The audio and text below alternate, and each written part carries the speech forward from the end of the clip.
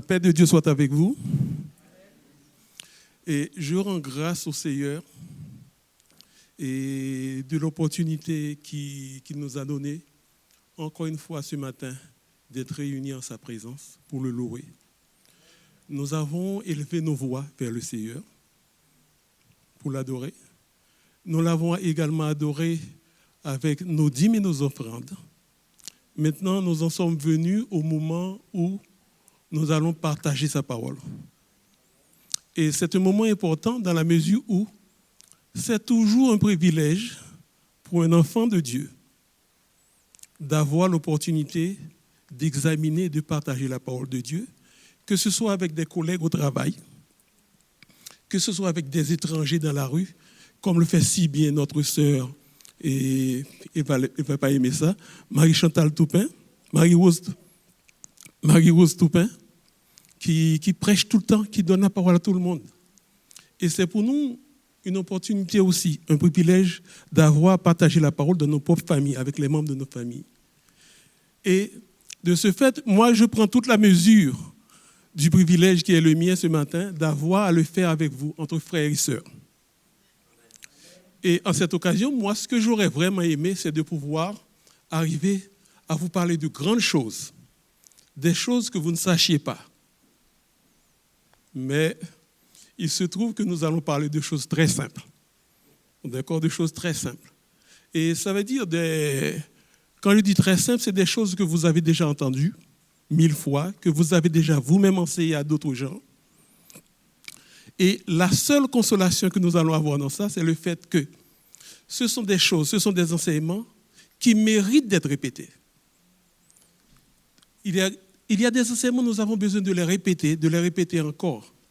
Et la répétition de tels enseignements est profitable pour la santé de l'Église.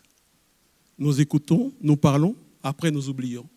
Mais par la répétition, nous nous souvenons. Ok, merci. C'est moi qui avais dit non à rien. Il peut me donner le de l'eau. Oui. Je disais que nous allons avoir un entretien très simple sur des choses ordinaires, mais dont la répétition est importante pour la santé de l'Église. Et ça ne vous dérange pas? Vous n'êtes pas déçus? Donc, si vous n'êtes pas déçus, j'en profite pour dire que moi, j'ai une intervention dans la bouche qui fait que je parle d'une manière très bizarre. Et des fois, j'ai de la difficulté à prononcer ces mots. Alors, soyez indulgents. Soyez indulgents. Qu'est-ce que je disais déjà? Où est-ce que j'en étais? Oui, je disais que nous allons parler de choses très, très simples. Ce matin, des choses que vous connaissez. Et puisque vous n'êtes pas déçus, moi, je vais vous proposer de faire quelque chose encore très simple. On va faire ensemble une marmelade. Vous ne connaissez la marmelade? C'est ça, la marmelade. Vous connaissez une marmelade? Attention, hein, ce n'est pas un cours de cuisine. Ce n'est pas un cours de cuisine. Je parle de l'idée de marmelade, c'est juste pour indiquer, en fait, la marmelade, c'est quoi? C'est la plus simple, ou bien l'une des plus simples parmi les confitures. Qu'est-ce que ça prend, une marmelade? Des oranges, du sucre. Et il y a des personnes qui vont ajouter la pectine pour essayer d'améliorer la texture. Après ça, rien d'autre. Pourtant, ce qui arrive avec la marmelade, vous pouvez vous rappeler, quand vous mangez, ceux qui ont encore leur maman et leur grand-maman, quand vous mangez la marmelade de votre grand-maman, une première cuillère de marmelade, vous ne mettez pas encore sur la tartine. Hein? Vous prenez une première cuillère, après vous en mettez sur la tartine, qu'est-ce qui arrive? Il y a un premier goût. Vous continuez à mâcher, il y a d'autres goûts. Au fur et à mesure que vous en mangez, il y a d'autres goûts qui se développent. Pourtant, la préparation de la marmelade, la composition de la marmelade, il n'y a rien de plus simple. Mais pourtant, on trouve des éléments de profondeur là-dedans. Donc, l'idée de la marmelade, c'est de dire que nous allons prendre 2 ou 3 versets qui viennent de plusieurs livres de la Bible, nous allons les mélanger comme une marmelade et nous allons tenter de tirer des enseignements agréables, comme la marmelade. Donc, nous n'allons pas dans de grands discours, ni dans la théologie, nous allons dans des choses très simples. Une petite marmelade. Essayons de voir notre marmelade. Voici notre marmelade. Je mets à côté pour pouvoir lire avec vous. Il dit, mais à tous ceux qui l'ont reçu, on parle de Jésus-Christ qui est présenté comme la parole et la lumière. À ceux qui croient en son nom, elle a donné le pouvoir de devenir enfants de Dieu, lesquels sont nés non du sang, ni de la volonté de la chair, ni de la volonté de l'homme, mais de Dieu. Ça, c'est dans Jean 1er. Et puis, nous partons dans Romains 8,16 qui dit « L'Esprit lui-même rend témoignage à notre esprit que nous sommes enfants de Dieu. » Et dans 1 Jean 3,2, nous allons lire « Bien-aimés, nous sommes maintenant enfants de Dieu. » Quel privilège! Nous sommes des enfants de Dieu. Ce matin, j'ai senti la présence de l'Esprit, car le choix des chants appuie mon propos, et tout le propos de Riaz était dans la même liée. Donc, je sais que le Saint-Esprit est avec nous ce matin pour nous instruire. Donc, nous sommes ce matin quoi? Enfants de Dieu. Nous sommes des enfants de Dieu. Quand les circonstances de la vie, il y en aura toujours des circonstances désagréables, viennent pour nous faire marcher la tête baissée. Quand des tentations viennent pour nous ramener dans ce que nous pratiquions autrefois, quand des tentations viennent pour nous faire prendre des attitudes qui ne sont pas de Dieu, rappelons-nous que nous sommes des enfants de Dieu. Nous sommes des enfants de Dieu. Et quand nous disons que nous sommes des enfants de Dieu, c'est un grand privilège. Parce que le Dieu dont nous parlons, c'est le Père des miséricordes. Le Dieu de toute consolation. Le Tout-Puissant. Celui qui dit la chose arrive, qui ordonne elle existe, c'est celui notre Père. C'est lui notre Père. Alors, ne marchons pas la tête baissée et ne marchons pas dans des compromissions. Que ce soit pour des titres, pour de l'argent, n'entrons pas dans des compromissions, car nous sommes des enfants de Dieu. C'est un grand privilège d'être des enfants de Dieu. Mais vous et moi, nous le savons. Tout privilège vient avec quoi? Des responsabilités, avec des exigences. Quand nous sommes des enfants de Dieu, le privilège d'être enfant de Dieu vient avec des exigences. Et il y a beaucoup d'exigences, mais toutes les exigences qui tournent autour de ce privilège peuvent se résumer à une chose: vivre d'une manière digne d'un enfant de Dieu. Est-ce que, quand vous vous posez la question, vos enfants, si vous êtes un papa, une maman, est-ce que vos enfants se rendent compte que vous êtes digne d'un enfant de Dieu? Est-ce que quand j'arrive au bureau, mon patron et mes collègues trouvent que je suis digne? Je le dis, ils savent que je dis. Peut-être qu'ils voient des versets dans mon bureau, mais est-ce qu'ils trouvent que je vis au bureau, je me comporte comme quelqu'un qui est digne d'un enfant de Dieu? Telle est la question. Mais le problème, c'est que pour vivre d'une manière digne d'un enfant de Dieu, pour le vivre pleinement, il faut bien comprendre quels sont les prodiges que Dieu a dû accomplir pour nous procurer ce privilège-là. Ce n'est pas dit Dieu a tout puissant, il a fait comme ça là. Non. Le fait des enfants de Dieu, ça a coûté à Dieu. D'accord? Ça a un très grand prix que nous sommes devenus enfants de Dieu. Essayons ensemble de regarder et qu'est-ce que Dieu a pu accomplir pour devenir enfant de Dieu. Regardez bien, j'ai souligné ici, devenir enfant de Dieu. Qu'est-ce que ça veut dire? Ensuite, en bas, nous voyons maintenant enfant de Dieu. Ça veut dire que nous n'avons pas toujours été enfants de Dieu. Peu importe que vous soyez né dans une famille chrétienne, vos parents étaient chrétiens, vous n'êtes pas né enfant de Dieu. Vous devenez enfant de Dieu. C'est un choix que vous devez faire pour devenir Dieu. Dieu a fait la provision, mais chacun doit aller saisir cette provision pour devenir enfant de Dieu. Nous n'avons pas toujours été enfants de Dieu. La Bible dit que nous avons été quoi? Avant d'être enfants de Dieu. Pécheurs, nous avons été des enfants de colère. Et précisez, nous étions des enfants de colère. D'accord? Accomplissant les désirs de notre volonté et de la chair. C'est ce que nous lisons dans Éphésiens 2. Marchant selon le prince de la puissance de l'air. Le prince de la puissance de l'air, c'est le diable, c'est l'ennemi de Dieu. Donc, nous n'avons pas toujours été enfants de Dieu. Nous sommes devenus enfants de Dieu. Et pour que nous soyons devenus enfants de Dieu, Dieu a dû accomplir de grands prodiges. Nous nous rappelons avant, quand nous n'étions pas enfants de Dieu, nous étions remplis de colère, pleins de rébellion. Mais un jour, la grâce nous a saisis. Tout le monde ici a fait cette expérience. Je ne parlerai pas de la temporalité de l'événement. Il y a des gens, c'est très long, pendant 2 semaines, des mois, 1 an. Il y a des gens, c'est comme ça, ils ont senti. La grâce les a saisis. Au moment où nous sommes saisis de la grâce, qu'est-ce qui est arrivé? Nous sommes saisis de la grâce. Le Saint-Esprit nous convainc de péché et de jugement. Parmi les gens qui sont convaincus de péché et de jugement, le Saint-Esprit nous convainc plein de gens. Et puis, nous sentons le péché, nous sentons le poids de notre péché. Et puis le Saint-Esprit dit, suis-moi et je t'emmène au tribunal, à la cour de justice de Dieu. Et puis, il y en a parmi nous qui acceptons. Certains d'entre nous, nous acceptons et d'autres ne l'acceptent pas. Ceux qui n'acceptent pas, qui reconnaissent, qui entendent ce que le Saint-Esprit leur dit et qui ne suivent pas le Saint-Esprit dans la cour de justice de Dieu, ne deviennent jamais enfants de Dieu. Ils sont restés dans le monde. Mais à nous qui avons accepté et qui avons suivi le Saint-Esprit dans la cour de justice de Dieu, il y a des choses qui se passent. Nous arrivons, le chrétien, le croyant, le rebelle, quand nous étions la personne d'autrefois, nous arrivons dans cette cour de justice. Qu'est-ce qui arrive? Nous sommes accusés et nous reconnaissons cette accusation. Nous reconnaissons cette accusation. À ce moment-là, il se déclenche un processus en faveur de nous. Le premier acte de ce processus, c'est le pardon. Nous reconnaissons nos fautes, et puis Dieu, dans sa souveraineté, personne d'autre ne peut le faire. La Bible nous dit, la parole nous dit, le pardon réside auprès de lui. Le pardon réside auprès de Dieu seulement. Donc, lui, il use de ce privilège unique qu'il a, il nous pardonne.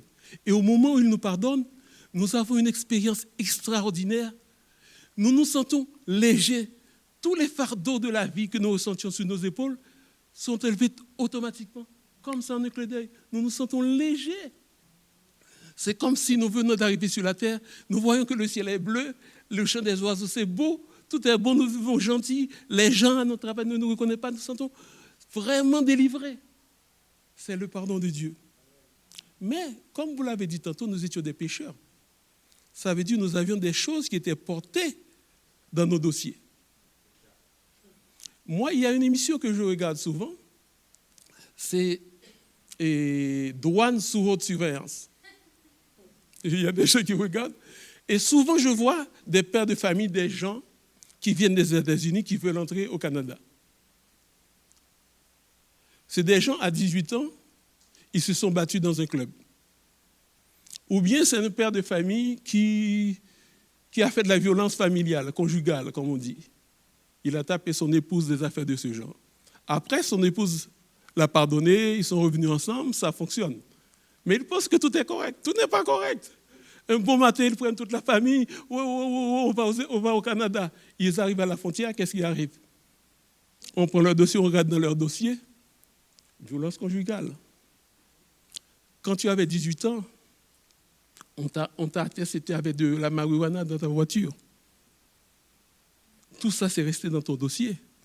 Ça veut dire que ta femme a pu te pardonner. Moi, si j'ai cassé, j'ai fait du vandalisme chez Lucien Patry, il se peut que Lucien Patry me pardonne, revienne mon ami, mais c'est resté dans le dossier de la police. Et au moment où je vais traverser pour aller en vacances aux États-Unis, qu'est-ce qui va arriver? Les Américains vont me renvoyer aux États-Unis, au Canada. Parce que dans mon dossier, je suis un bandit. C'est resté que je suis un bandit. C'est pourquoi, quand Dieu a fini de nous pardonner, il a fallu également un acte judiciaire. Un acte judiciaire, d'accord? Et dans cet acte judiciaire, nous arrivons devant, il est écrit que Joachim, coupable, reconnaît qu'il est coupable. Dans tout système de justice, je dois être condamné. Mais dans la grâce de Dieu, Dieu, en regardant au calvaire, décide de me pardonner. Il dit, je l'acquitte parce que Jésus-Christ a déjà payé pour lui. Donc, voici 2 actes que Dieu a déjà accomplis. Il nous a pardonné, ensuite, il nous a justifiés. Ça veut dire, C'est pourquoi la parole va nous dire, l'acte dont les ordonnances nous condamnaient, Jésus-Christ l'a effacé. Ça veut dire, quand on va dans mon dossier, quand Satan, l'accusateur, c'est un avocat, hein, c'est un procureur terrible, quand il va dans mon dossier, il arrive, mon dossier était à la page 19. Quand il arrive à la page 19, il ne peut rien lire parce qu'il y a une grosse tasse de sang, rouge, foncé, à travers duquel il peut pas lire, à travers de laquelle il ne peut pas lire. Donc, on ne peut pas trouver mon dossier. Mon dossier était à la page 19, mais le sang de Jésus-Christ a maculé cette page-là, qui fait qu'on ne peut rien voir dans mon dossier.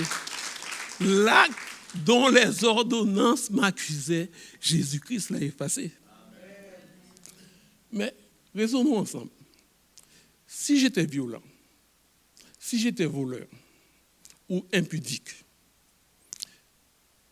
ma femme m'a pardonné mon impudicité. Elle avait entamé une procédure de divorce. Elle a annulé ça. Donc, tout ça n'existe plus à la justice et elle m'a pardonné, nous vivons ensemble. Mais est-ce que je cesse d'être un impudique? Est-ce que je cesse d'être violent? Non. Je reste toujours violent. Il se trouve que ce sont les gens en face de moi qui ont agi. Mais moi, je reste toujours la même personne. C'est pourquoi Dieu va entreprendre un autre acte. Il va me régénérer.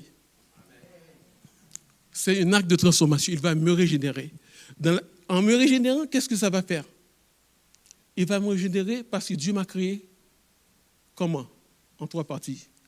L'esprit, l'âme et le corps. Donc, il va me régénérer dans mon côté physique. Les pulsions que j'avais à être violent, les pulsions que j'avais à être impudique ou quoi que ce soit, les pulsions que j'avais à être orgueilleux, à me croire autre que moi-même, il va enlever ces éléments en moi. Il va élever ces éléments en moi.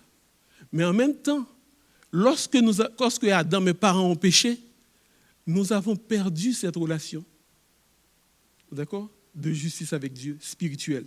Il va relancer, réactiver cette connexion avec. Et il va mettre du même coup en moi le principe d'obéissance. Avant, lorsqu'on me parlait de Dieu, je trouvais que ça, c'est de la folie. De la volonté de Dieu, c'était de la folie. Maintenant, j'aime les voies de Dieu. Parce que Dieu m'a régénéré. J'aime les voies de Dieu. Donc, Dieu vient me transformer. Quand j'étais pécheur, je n'étais pas pardonné. Quand je n'étais pas justifié, d'accord, je n'étais pas régénéré, j'étais impropre de faire partie du royaume de Dieu. J'étais un enfant de colère, je marchais après le prince de la puissance de l'air. Autant que quand j'avais ces éléments-là, j'étais impropre à faire partie de la famille de Dieu. Quand je suis pardonné, quand je suis justifié et quand je suis régénéré, je suis impropre pour faire partie du royaume de Satan. Les gens qui étaient avec moi me détestent. Les gars à mon travail me détestent. Mes parents me chassent de la maison parce que je chante, je danse, je parle de la parole de Dieu, je les tape sur les nerfs. Ils ne veulent plus me voir. Ça veut dire que là, le royaume auquel je appartenais me refuse, me rejette. Et alors Dieu dit, maintenant que tu as toutes les caractéristiques que je veux, tu es pardonné, tu es justifié, tu es régénéré, moi je t'adopte dans ma famille. Amen. On voit bien que pour devenir enfant de Dieu, Dieu a déclenché un processus en 4 actes. Il nous a pardonnés, il nous a justifiés, il nous a régénérés, ensuite il nous a adoptés dans sa propre famille. C'est pourquoi tantôt dans la chanson, j'ai aimé ça dire que ça.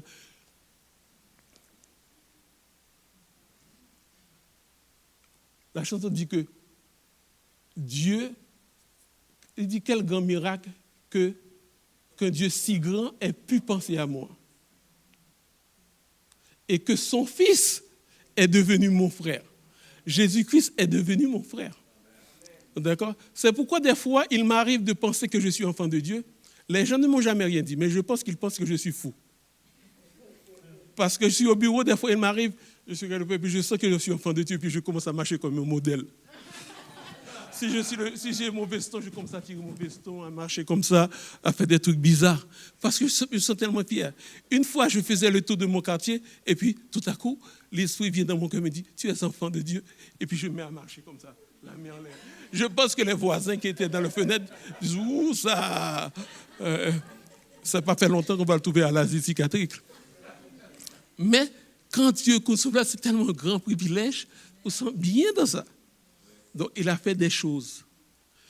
À ce moment, quand on comprend que Dieu a dû déclarer juste un coupable pour qu'il soit devenu enfant de Dieu, on comprend la parole, que la parole nous dit, ah, voyez quel grand amour le Père nous a témoigné pour que nous soyons appelés enfants de Dieu. Vous êtes d'accord? C'est un grand amour. Donc, quand tu te lèves le matin, ne te balade pas dans la ville comme n'importe qui. Là. Tu es enfant de Dieu et n'allez pas te vautrer dans n'importe quoi parce que tu as un statut et ce statut a été payé à grand prix. Que tu es devenu. Une fois que nous comprenons que Dieu, les prodiges que Dieu a dû accomplir pour que nous soyons son enfant, nous sommes prêts à satisfaire les exigences. Et les exigences, c'est combien? Il y a tellement d'exigences, on pourrait écrire sur les exigences de vivre comme un enfant de Dieu. Je ne peux pas compter. C'est des livres et des livres qu'on peut écrire. Imaginez qu'on aurait un samedi matin pour en discuter. Samedi à 17h, nous n'en serions pas encore à terme. Nous serons encore à discuter de ça. Donc, je rêve un temps où l'Église de Dieu, les églises évangéliques, nous pourrions avoir une formule comme la formule que nous avons adoptée lors des formations alpha, où nous pourrons tous ensemble. Imaginez que nous aurions pu être ensemble un samedi, une journée, à discuter à des tables. Quelles sont les exigences pour vivre? Comment toi tu vis à la manière d'un enfant de Dieu? Dan pourrait dire, d'accord? Denis pourrait dire, chacun pourrait amener sa foi. Donc ainsi, nous pourrions apprendre l'un de l'autre. Et je rêve d'un jour où toute l'Église de Dieu, toutes les églises évangéliques fonctionneront sur cette forme-là. D'accord? Il n'y aura pas seulement un pasteur, un individu devant à prêcher et vous vous écoutez sans pouvoir réagir, mais nous pourrons animer et échanger entre nous et obtenir ce qu'on appelle faire des économies d'échelle. Les 10 ans, d'accord, les 15 ans, 20 ans de Denis Dugas d'expérience avec l'Éternel, il pourra me transférer tout ça en un matin parce que je parle avec lui. Et ce faisant, nous apprendrons à nous connaître, à apprendre l'un de l'autre et à nous connaître. Je rêve que cela arriverait un jour dans les églises évangéliques ou parmi le peuple de Dieu. Oui. Donc, pour revenir à la question des exigences de vivre enfant de Dieu, moi, étant donné le temps qui nous est imparti, j'en ai choisi 3. On va discuter de 3. Parce que si je vous posais la question, vous auriez amené d'autres exigences. C'est sûr que Kathleen aurait amené d'autres exigences. D'accord? Nathaniel, d'autres exigences. Mais nous allons discuter de 3. C'est au hasard. Est-ce que c'est au hasard? Pas au hasard, tout à fait. J'ai choisi seulement 3 pour rester dans le temps qui nous est imparti ce matin et le dimanche matin. Donc, essayons de voir ces exigences. La première exigence que j'ai choisie, Nathaniel bouge comme ça, là, tu te casses le cou. La première exigence que j'ai choisie, c'est une vie consacrée. L'enfant de Dieu, je répète, là je parle comme si j'étais un prédicateur. L'enfant de Dieu doit mener une vie consacrée. Il n'y a pas à en sortir de là. Ça, c'est un fondamental. Tu dois mener une vie consacrée. Maintenant, une fois que je dis, vous devez mener une vie consacrée, c'est quoi une vie consacrée? J'ai pris une définition que j'aime beaucoup d'un livre qui est établi très très longtemps. Ce livre-là s'appelle « Vers la sainteté ». C'est Samuel Brengold qui a écrit ce livre. Et puis, il a été réimprimé en 1983. Et je suppose qu'il y a actuellement d'autres réimpressions parce que c'est un livre intéressant. C'est lui, Samuel Brengold, il faisait partie de des gens qu'on appelle l'armée du salut. L'armée du salut. Il a écrit un livre sur la sainteté parce qu'ils sont très intéressés à la question de la sainteté. Il a écrit « Vers la sainteté », comment aller vers la sainteté. Et j'ai pris cette définition-là. Donc, c'est se dépouiller entièrement de sa volonté propre de ses dispositions, de son caractère, de ses désirs, de ses sympathies et antipathies, et à se revêtir de la volonté, des dispositions, du caractère, des sympathies et des antipathies du Christ. Paul a une façon de résumer ça. Paul dit, ce n'est plus moi qui vis, c'est Christ qui vit en moi. Quand tu es enfant de Dieu, tu ne t'appartiens plus. Dans la vie de tous les jours, qu'est-ce que ça veut dire? Ça veut dire qu'au moment où tu deviens enfant de Dieu, tu dois faire l'impasse sur plein de choses, et en particulier sur les choses que ton environnement a déposées en toi. De quel environnement je parle? Le premier environnement, c'est ta famille. Quand tu nais dans une famille, il y a des valeurs, des comportements, des attitudes dans cette famille dont tu hérites. Quand tu deviens enfant de Dieu, il faut aller regarder ton héritage et pour voir si tout ton héritage est conforme à la volonté de Dieu, au caractère du Christ. Si dans ta famille, vous êtes des gens, on dit, dans ma famille, nous sommes des gens de caractère, nous ne tolérons pas toutes choses. Si tu es comme ça, tu veux ressembler à ton père qui était comme ça, tu as un méchant problème. Au moment où tu deviens enfant de Dieu, je dois enlever ces choses-là. Si mon père était arrogant, dans toute ma famille nous étions arrogants, moi, je ne dois plus être arrogant, moi. Je dois faire la différence. Si dans ma famille, nous sommes des gens dotés d'un QI, c'est-à-dire de grande intelligence, dans ma famille, nous sommes tous dotés d'une très grande intelligence. Nous avons brillé à l'école, nous nous distinguons. L'école va faire en sorte que les professeurs nous font tellement des louanges, nous aiment, on parle tellement de nous, tu vas être gonflé, tu vas avoir une grosse tête. Si tu étais comme ça, il faut l'enlever. Il faut l'enlever. Parce que tu apprends bien à l'école, tu as fait de grandes études, tu as des diplômes, tu penses que tu es plus que d'autres. La parole nous dit, qu'est-ce que tu as que tu n'aies reçu? Si tu l'as reçu, pourquoi tu te gonfles l'estomac? C'est ce que la parole nous dit. Tout ce que tu as reçu, tu as des connaissances, c'est parce qu'il y a des professeurs qui t'ont donné, tu l'as acheté à l'argent à l'université. Si tu l'as appris mieux qu'un autre, c'est parce que Dieu t'a donné l'intelligence. Alors, il n'y a rien qui est de toi. Calme-toi, mon gars. D'accord? Calme-toi. D'accord? S'il se trouve que tu peux aller dans de grandes universités, c'est parce que par tes concours de circonstances, tes parents ont eu beaucoup d'argent. Il se peut qu'il y ait un bonhomme, d'accord, qui est juste, je ne sais pas, quelques métiers non considérés. S'il avait tes possibilités, il serait encore mieux que toi. Tu ne sais pas, alors pourquoi tu fais des affaires comme si tu faisais toutes là? D'accord? Toutes ces choses-là. Donc, il faut regarder ta vie.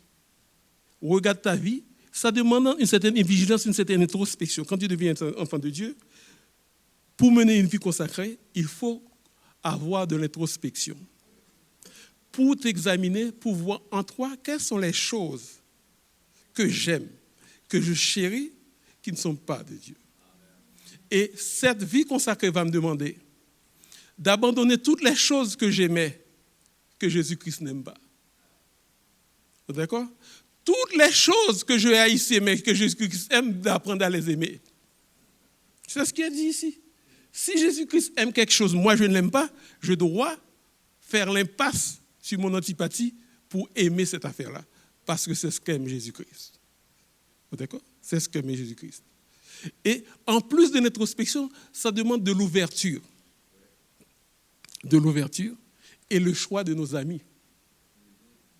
Vous avez besoin de fréquenter des gens qui vont vous dire que vous comportez mal. Des gens qui vont vous dire, je trouve que tu es orgueilleux. Des gens qui vous disent, je trouve que vous ne consacrez pas assez de temps à la parole de Dieu, que tu lis trop de philosophie. Des gens. Et vous avez besoin d'avoir de l'ouverture pour quand les gens vous disent ça, vous ne prenez pas mal. Pour dire, si Dan m'a dit ça, c'est parce qu'il le voit chez moi.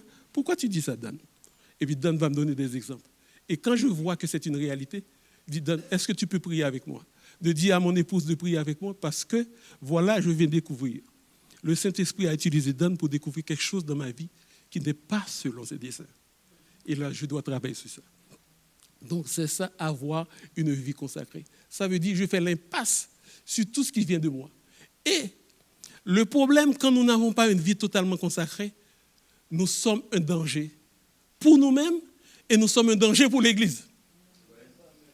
Pourquoi? Parce que, imaginez, moi je pense que je fais de grandes études et que je connais tout. Oh, d'accord? Et que je connais... Okay. Et que je connais tout. Et puis, il se pose un problème dans l'Église. Il y a une réunion d'affaires pour régler la chose. Moi, j'arrive, je m'assieds ici. Tout ce que les autres disent ne fonctionne pas. Il n'y a que mon point de vue qui marche. Et la manière dont je traite l'affaire sur la base de mes études, de mes compétences. Or, les affaires de Dieu, c'est spirituellement qu'on en juge. Et tant que je ne suis pas vraiment consacré à Dieu, je n'ai pas fait l'impasse sur ces affaires-là. Donc, je reste avec les privilèges sociaux que j'ai. Donc, non seulement je ne vais pas croître dans la grâce moi-même, et du fait de ne pas croître dans la grâce, ça va poser un problème pour l'Église, parce que moi, ça fait 10-12 ans que je suis dans l'Assemblée, on va me donner des responsabilités. Mais je ne suis pas qualifié pour ces responsabilités-là, parce que je ne suis pas assez consacré.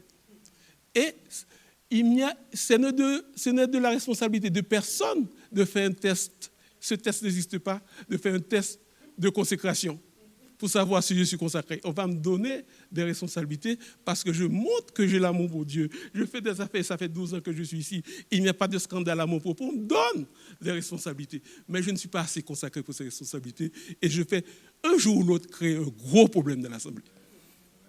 Donc, si nous voulons pour nous-mêmes croître dans la grâce et si nous voulons être au service de l'Église, nous avons besoin, comme enfants de Dieu, de mener une vie consacrée. Une autre exigence que je vais prendre ce matin, d'accord, c'est une vie d'adoration. Une vie d'adoration. Pourquoi avoir une vie d'adoration? Avant de dire même en quoi consiste une vie d'adoration, il faut comprendre que la vie d'adoration, c'est le dessein de Dieu. C'est la volonté et le dessein de Dieu, du Tout-Puissant. Pour le comprendre, ça, ce n'est pas mon propos, ce n'est pas mon idée. Allez lire le psaume 103. D'accord? Le verset 1. Si vous êtes pressé, lisez le premier verset. Et puis allez au verset 20, 21 et 22, vous allez voir. Je les ai reproduits ici. Là. Si nous regardons, il dit, Dieu donne loge à tous ses anges. Tous les anges, des êtres élevés près de Dieu, bénissez l'Éternel. Vous, ces anges qui êtes puissants en force et qui exécutez ses ordres, en obéissant à la voix de sa parole. Il va dire que, en plus des anges, toutes les armées. Les armées, ce n'est pas des gens qui... Ce n'est pas un sens militaire. Dans la Bible, quand vous voyez armée, le mot armée, c'est le sens de multitude. D'accord? Tout ce qui existe. Il dit que nous devons bénir. Et il va dire pour nous, dans le verset 1er, on va lire « Mon âme bénit l'Éternel. Que tout ce qui est en moi bénisse son Seigneur. » Tout ce qui est en moi, dans la vie d'adoration, tout ce qui est en moi sont bénis. Ça dit ton corps doit bénir l'Éternel. Il y a des gens qui pensent qu'ils peuvent faire n'importe quoi de leur corps. Ils disent, moi, c'est ma relation avec Dieu, et puis mon corps, je peux faire n'importe quoi. Non, la parole nous dit ailleurs. Sachez, et rappelez-vous que vous êtes le temple du Saint-Esprit. D'accord? Je dois bénir Dieu, pas avec une partie de moi-même, mais avec tout moi-même. Ça veut dire, ma santé doit servir à bénir Dieu. Les compétences que Dieu me donne doivent servir Dieu. Et n'oubliez pas, l'argent que Dieu nous donne, doit bénir l'Éternel. C'est Dieu qui te donne le travail, c'est Dieu qui donne la compétence, c'est Dieu qui donne l'emploi. Tu dois payer tes dîmes et tes offrandes, mon frère. Et je vois bien que je dis payer les offrandes. Parce que ce n'est pas quelque chose que je peux faire, que je ne peux pas faire. c'est une dette que tu as envers l'Éternel. Tu dois payer les offrandes. Tu dois payer la dîme. Je sais qu'il y a des chrétiens qui disent « Oh, la dîme, c'était la loi. » Non, non, non, non, mon frère, ma sœur. La dîme n'est pas dans la loi, la dîme est avant la loi. La dîme est pré-lévitique. La dîme est pré-lévitique. Par ailleurs, vous allez voir dans d'autres livres, Dieu dit, vous dites comment est-ce que vous me volez, vous ne payez pas la dîme. Dieu dit de sa bouche que quand vous ne payez pas la dîme, votre dîme, vous êtes en train de le voler. Or, si vous êtes enfant de Dieu, autrefois vous étiez voleur. Mais une fois devenu enfant de Dieu, vous n'êtes plus voleur. Vous ne volez pas au travail dans la caisse, mais vous pouvez voler Dieu. Non, ça aussi n'est pas admissible. D'accord? Nous avons besoin de bénir Dieu avec tout ce qui est en nous béni. Notre âme, notre esprit, notre corps et tout ce que nous possédons. Ça pourrait faire objet d'une autre discussion. On va s'arrêter là sur la question de la dîme. Mais je vous le dis, nous devons bénir Dieu de nos compétences, de nos pensées, de notre corps, notre esprit, mais aussi avec les salaires qu'il nous donne, l'argent que nous possédons. Nous devons mener une vie d'adoration qui correspond à une vie d'intimité avec Dieu. D'accord? Une vie d'intimité. Là, j'ai mis quelque chose. Une vie d'intimité, c'est tout le contraire d'une vie désinvolte. C'est quoi une vie chrétienne désinvolte? Pendant l'année, quand j'ai le goût, j'ouvre ma Bible. Quand j'ai le temps et que ça me dit, je vais prier. Quand j'ai le temps, je vais visiter des malades. Donc c'est quand j'ai le goût. Mon Dieu est cool. C'est un père cool, là, comme moi, je suis cool. Mais je t'assure que pour vous et moi, enfants de Dieu, quand nous avons dans la désinvolture, nous sommes cool, cette coolness-là va nous coûter cher. D'accord? Quand nous ne sommes pas dans l'intimité avec Dieu, nous nous affaiblissons. Et lorsque nous ne sommes pas dans l'intimité avec Dieu, nous ne comprenons pas Dieu tout à fait. Et quand nous ne comprenons pas Dieu tout à fait, nous tombons dans la superstition. Aujourd'hui, l'Église de Dieu, je parle de l'Église évangélique, quand tu regardes à travers le monde et sur Internet, c'est rempli de modes, des affaires que tu vois que les gens pratiquent. Tu cherches partout dans Actes des Apôtres, quel que soit dans la Bible, où tu ne vois pas ces affaires-là. Il y a plein de pasteurs, d'enseignants qui viennent leur raconter des affaires. Déjà, la parole nous dit qu'au dernier temps, ils vont se donner des chefs, ils vont se donner... dis-moi, Kathleen, la parole, comment ça se dit déjà? Ils vont se donner des docteurs, d'accord, qui veulent leur enseigner les choses qu'ils veulent entendre. D'accord? Et quand tu n'es pas dans l'intimité avec Dieu, pour que je connaisse une personne, tu dois être intime de cette personne. Et puisque tu n'es pas dans l'intimité avec Dieu, tu ne connais pas Dieu. Donc, tu vas servir un Dieu que tu inventes toi-même. Donc, à 90%, tu vas faire des erreurs, tu vas faire des choses que Dieu ne demande pas de faire. Et le pire, si tu es un responsable, on me donne moi, je ne suis pas intime avec Dieu. Je suis en train de m'imaginer un Dieu. On me donne de la responsabilité. Dans cette assemblée, qu'est-ce que je vais faire? Je vais enseigner à des gens un Dieu qui n'existe pas, un Dieu que moi-même j'ai inventé. Il y a quelque chose de plus grave. Donc, si nous sommes des enfants de Dieu, nous devons refléter Dieu. Nous devons être des serviteurs de Dieu pour nous-mêmes, dans notre famille, dans le travail et dans cette assemblée. Nous devons apprendre à connaître Dieu. N'attendez pas que quelqu'un d'autre vienne vous apprendre Dieu. Il te faut prendre ton temps pour aller dans l'intimité avec Dieu. Il y a une pratique que les gens disent soaking. Il va rester dans la présence de Dieu. Tu vas dans la présence de Dieu, tu lui parles. Tu fais la louange, tu lui parles, après tu fais silence.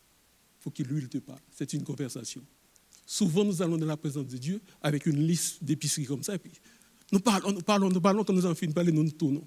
Et puis nous disons, au nom de Jésus-Christ, Amen. Et puis nous partons. Non, il faut prendre le temps de mettre du temps à part pour que Dieu nous parle avec la conviction que Dieu nous a précédés dans ce lieu secret. Tu ne le fais pas partout, tu choisis un lieu dans la maison où tu vas te retirer, il n'y a pas de bruit, et tu parles à Dieu calmement, et Dieu te parle. Et c'est une habitude, ce n'est pas une fois, de temps en temps isolé, mais tu le fais. Et par sa présence, Dieu se révèle à toi, tu apprends à le connaître. Et maintenant, quand tu te mets avec un autre frère qui est du même genre, un troisième frère qui est du même genre, nous devenons une communauté d'enfants de Dieu, où la présence de Dieu est renforcée, où nous apprenons des choses. Donc, si il y a, je vois Bertin ici, et puis je suis avec Bertin, Bertin est dans l'intimité avec Dieu. Je suis dans l'intimité avec Dieu, et puis moi, je ne suis pas dans l'intimité. Qu'est-ce que je fais? Je vais te créer une brèche. Nous sommes des amis, nous allons à la chasse ou à la pêche ensemble, mais il y en a un qui crée une brèche pour l'ennemi. Parce que moi, je ne suis pas dans l'intimité avec Dieu. Et puis, je ne peux même pas comprendre ce dont Dan et Bertin parlent. Parce qu'ils sont collés avec Dieu. Ils ont une compréhension de Dieu profonde. Moi, je n'ai rien. Toutes ces choses, c'est des choses que j'ai inventées. Il y a un problème. Donc, si nous voulons être utiles dans la famille de Dieu, nous avons besoin, comme enfants de Dieu, membres d'une famille, nous avons besoin d'être utiles à cette famille. Et pour être utiles à cette famille, nous avons besoin de connaître le père de cette famille, par l'intimité. Donc, il s'agit, comme je l'ai expliqué là, d'une expérience de revitalisation perpétuelle. Tous les jours, nous allons dans la présence de Dieu, tous les jours. Et puis, nous nous mettons avec des gens qui sont dans l'intimité avec Dieu. Et puis, ils vont me dire, voilà ce que Dieu m'a dit cette semaine. Voilà ce que Dieu m'a dit cette semaine. Il dit, je n'ai pas fait compris comme ça. Puis j'apprends d'eux. Et puis un autre jour, c'est moi qui dis, voici ce que Dieu m'a dit. Voilà ce que je comprends. Je les enrichis, ils m'enrichissent. C'est ça. Nous avons besoin de mener une vie d'intimité avec Dieu. Et une vie d'adoration, c'est une vie dans laquelle tous nos projets, tout ce que je vais faire, tous mes projets, les plus grands comme les plus petits, je vise à ce qu'ils honorent Dieu. C'est pourquoi la parole va nous dire, quoi que vous fassiez en parole ou en action, faites tout au nom du Seigneur Jésus. Donc, tout ce que je vais faire, je vais entreprendre, il faut que je vois dans quelle mesure ça va honorer Dieu. Je suis un entrepreneur. D'accord? Je vais faire quelque chose. Je vais vous donner une anecdote rapide, bien vite. Moi et mon épouse, à un certain moment, nous avions une entreprise que nous mettions en place. C'était du papier. Parce qu'à un certain moment, mon père était le plus grand distributeur de papier à Port-au-Prince. Nous avons également, en Floride, une grande entreprise qui faisait distribution sur la Floride. Et Dominique et moi, nous avons décidé de faire une filiale comme ça. C'était clean, parce que là, moi, je suis à la source. C'est mon père qui est à la base. J'ai des prix très spéciaux, donc je peux faire de la compétition. Mais moi, je voulais faire du corporatif, pas du détail. J'ai été voir plusieurs grandes entreprises, et l'une des grandes entreprises que j'ai été voir, j'ai présenté le produit, j'ai présenté le projet, j'ai dit, je vais t'acheter. Parce que je ne me rappelle plus les prix. Imaginez que la caisse de papier se vendait sur le marché, d'accord, à $75, moi je lui ai offert $68. C'est beau ça. Mais lui, il est responsable de l'approvisionnement. Hein. Il est censé agir dans l'intérêt de la compagnie, acheter au premier prix pour la compagnie. Je lui ai dit à $68, je te les donne à $68, mais c'est un conteneur que tu prends. Je dis OK. Il réfléchit. Il dit, moi, je vais te les acheter la caisse à $72. Il dit, tu vas m'acheter la caisse à $72? Je ne comprends pas. Il dit, non, à $72. Il dit, qu'est-ce que tu ne comprends pas? Il dit, mais je te l'ai offert. La caisse, je te l'ai offerte à $68. Il dit, moi, je te l'achète à $72. Qu'est-ce que tu ne comprends pas? Il dit, tu es un enfant, toi. Et j'ai bien compris que j'étais un enfant de Dieu. Il me disait que j'étais un enfant de Dieu parce que je ne pouvais pas comprendre ça. Et le malice, parce que lui, il est malicieux. Ça veut dire que lui, il m'allait m'acheter chaque caisse de papier. D'accord? À $72. Non seulement il va montrer à ses supérieurs qu'il a pu trouver un bon prix parce que ça se vend en gros à $75, lui, il a pu trouver un meilleur prix. Mais moi, je devais à la fin lui faire un chèque pour les $4 pour chaque caisse. Je lui ai dit, mon frère, moi, je ne mange pas de ce pain-là. Il me dit dans les yeux, si tu ne manges pas de ce pain-là, sors-toi de cette business. N'entre pas dans cette business. Donc, j'ai vite compris que Dominique et moi, nous avons vite compris que ce projet-là, nous ne pouvons pas poursuivre avec. Parce que si nous poussons, nous allons gagner beaucoup d'argent, mais c'est au prix de notre âme. Nous n'avons pas entré là. Donc, il faut regarder, est-ce que la manière dont je vais organiser mon entreprise, ça va pénaliser? Est-ce que la structure, je mets en balle? Mon comptable là, qui a fait la structure des coûts, ce qu'il me propose, est-ce que je vais pouvoir donner un salaire équitable à mes employés? Tout le monde autour de toi paye des peanuts à leurs employés, mais toi, tu ne peux pas te permettre des peanuts à des employés.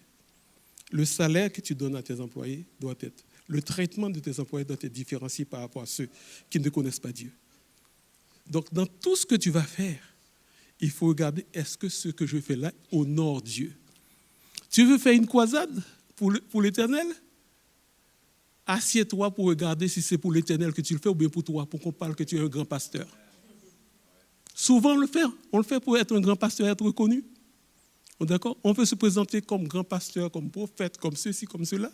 Mais est-ce que nous le faisons pour nous-mêmes ou bien pour le Christ? Il faut de notre introspection pour regarder en nous quelle est la motivation de nous faire comme enfants de Dieu. Donc, ça me demande beaucoup de vigilance par rapport à nous-mêmes. Ça demande de vigilance aussi parce que nous pouvons hériter de nos parents, de nos universités, de notre culture nationale, des affaires qui sont très subtiles. Nous les portons, mais nous ne voyons pas que nous les portons.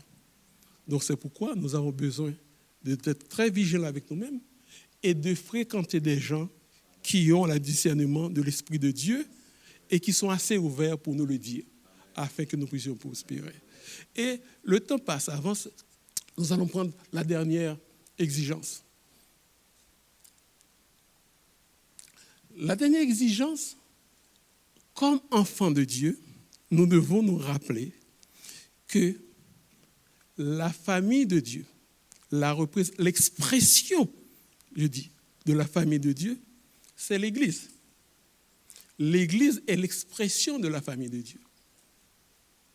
Il existe l'Église universelle qui regroupe la communauté de tous les croyants, de tous les enfants de Dieu à travers le monde. Ceux qui sont morts, cette Église comprend les enfants de Dieu morts et ceux qui sont encore vivants.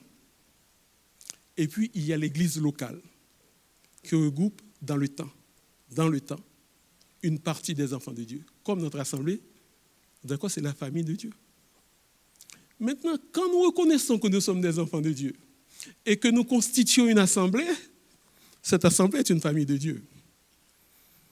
Mais ce n'est pas une figure de style. C'est une réalité spirituelle et sociale. D'accord? C'est une réalité spirituelle et sociale. Si c'est une réalité spirituelle et sociale, ce n'est pas une figure de style, c'est une réalité. Et cette réalité amène que moi, comme membre de cette église, de cette assemblée, de cette famille de Dieu, je dois me comporter comme un membre de cette famille de Dieu. Si je suis membre, comment se fait-il que je suis membre? Il y a un problème. Bon, là, on va se le dire correctement. Nous avons un problème. Nous disons que nous sommes une famille de Dieu. La majorité d'entre nous, nous ne connaissons pas nos noms. Oh, d'accord? Certains, même quand nous nous voyons dans une épicerie, nous tournons la tête pour ne pas saluer l'autre. Nous disons après que nous sommes gênés. Si tu étais gêné, c'était comme ça dans ta famille, quand tu deviens enfant de Dieu, laisse ta gêne. Salue-moi. Oh, d'accord? Viens me voir, dis, je ne me rappelle pas ton nom. Mais nous sommes dans l'église. Je veux dire, moi, c'est Joachim. Et comment Dieu... Donc, on va voir. C'est pourquoi moi, je me suis réjoui du temps qu'on a eu avec la formation Alpha, où nous avons pu nous déplacer sur des tables, et puis nous avons pu parler entre nous. Nous avons toute une bâche. Comme ça, nous disons nos noms, nous parlons de nous-mêmes, et chacun a appris à découvrir l'autre. Ça devait être comme ça. L'expérience Alpha devait être l'expérience de tous les jours de l'église. Comment se fait-il que nous sommes membres d'une famille? Comment se fait-il que nous sommes membres d'une famille? Il y en a un qui est malade, on ne le sait même pas. Il y a un qui écrit à Pauline qui demande de la prière. Nous ne savons même pas qu'il a demandé de la prière. Et même lorsque nous savons, nous ne prenons même pas le temps de prier. Si nous sommes membres d'une église, les frères et sœurs d'une famille, quand il y en a un qui est malade, tout le monde est affecté.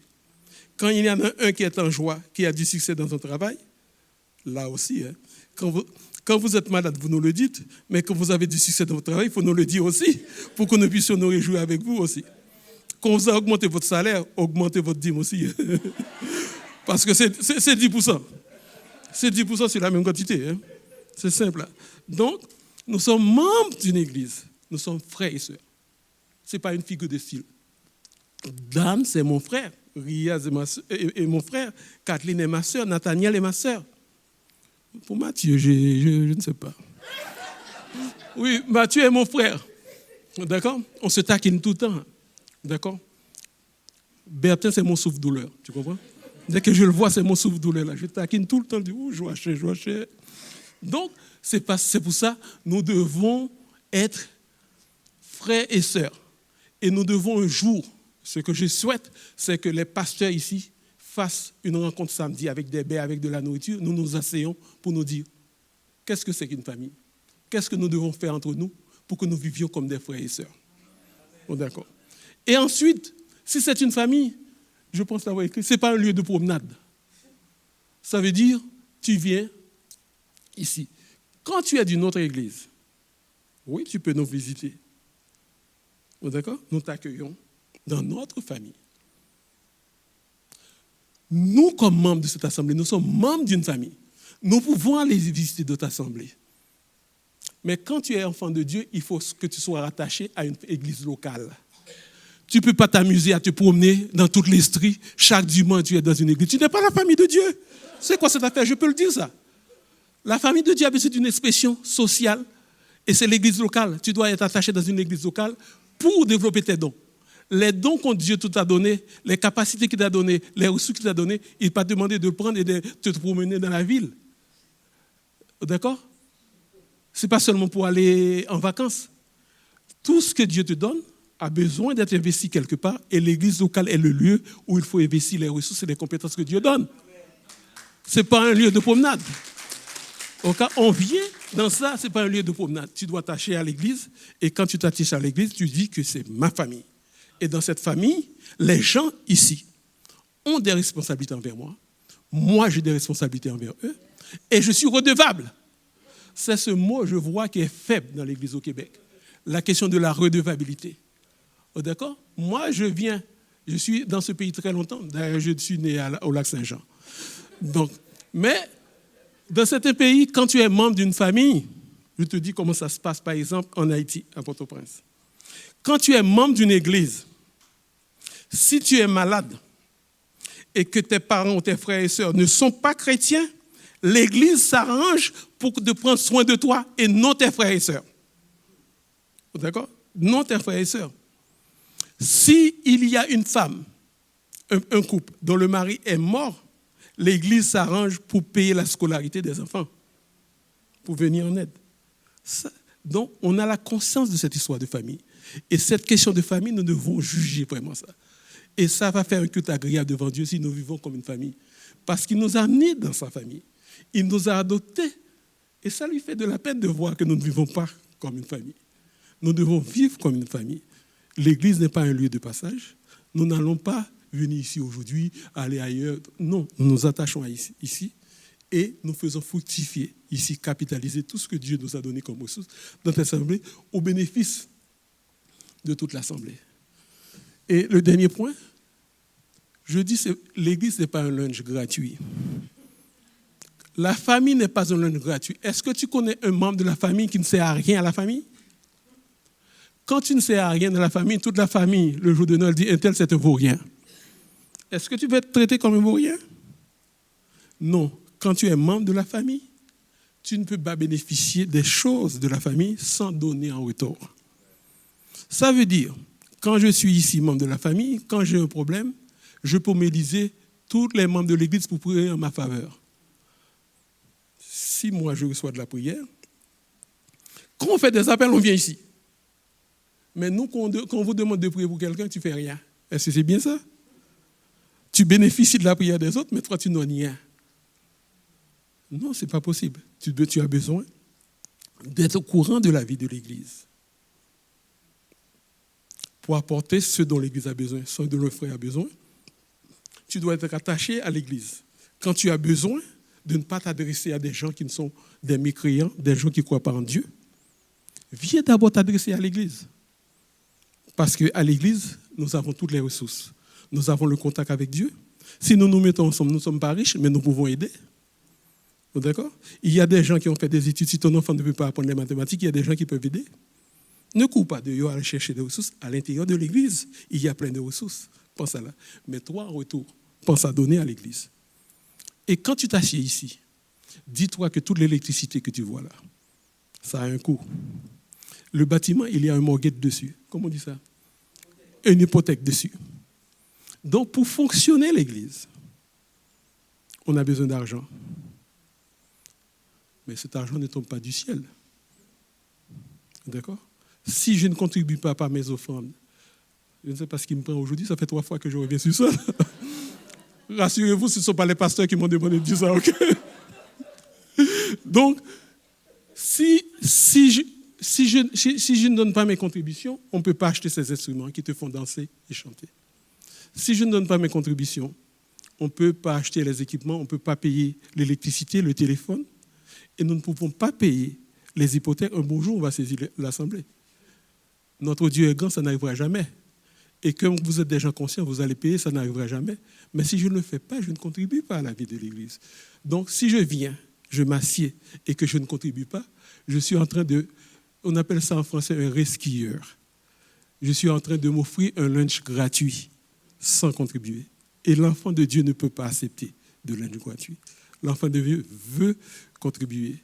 Je dois apporter quelque chose aussi. Regarde, quand vous êtes content, la louange est bonne, c'est parce qu'il y a des gens qui restent certains dimanches après le culte pour s'entraîner, qui viennent le dimanche matin plutôt que tout le monde pour s'entraîner. Nathalie avec toute son équipe.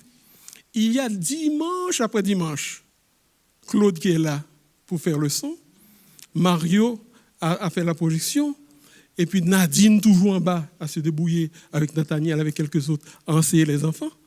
Donc, c'est une communauté. Les gens ne sont pas payés, ne sont pas employés. Donc, chacun doit venir comme membre de cette famille apporter quelque chose. Lorsqu'il y a une fête dans une famille, chacun apporte un plat. Et quand la fête est terminée, tout le monde met la main ensemble pour nettoyer les assiettes, pour défaire les tables. Et c'est la même chose ici, c'est ce que je vous demande. Je prends conscience que vous reconnaissez aujourd'hui que vous êtes enfants de Dieu, alors comportez-vous comme des enfants de Dieu. D'abord, d'avoir une vie de consécration, d'avoir une vie d'adoration et de vous comporter comme membre d'enfant de Dieu, de ne pas accepter de lunch gratuit, de contribuer spirituellement, financièrement et socialement au maintien de cette assemblée. Que Dieu vous bénisse.